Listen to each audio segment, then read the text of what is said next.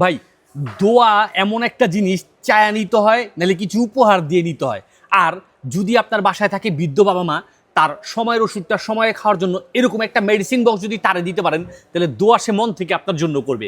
আর এই বক্সটা এমন একটা বক্স, সকালের বেলার আপনার ওষুধ, খাবারের আগের খাবারের পরের, দুপুর বেলার খাবারের আগের খাবারের পরের, রাত্রিবেলার, তারপর হচ্ছে আপনার অন্য অন্য ওষুধগুলো খুব সহজে এই মেডিসিন বক্সটাতে আপনি সাজিয়ে রাখতে পারবে।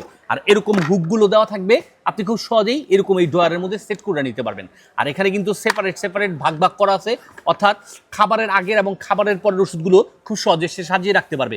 অর্থাৎ ওষুধের এই বক্সটা যদি থাকে তার ঘরে, তাহলে তার স্মরণ থাকবে, কারণ আমরা নর্মালি হচ্ছে ওষুধগুলো এখানে সেখানে রাখার কারণে স্মরণ থাকে না।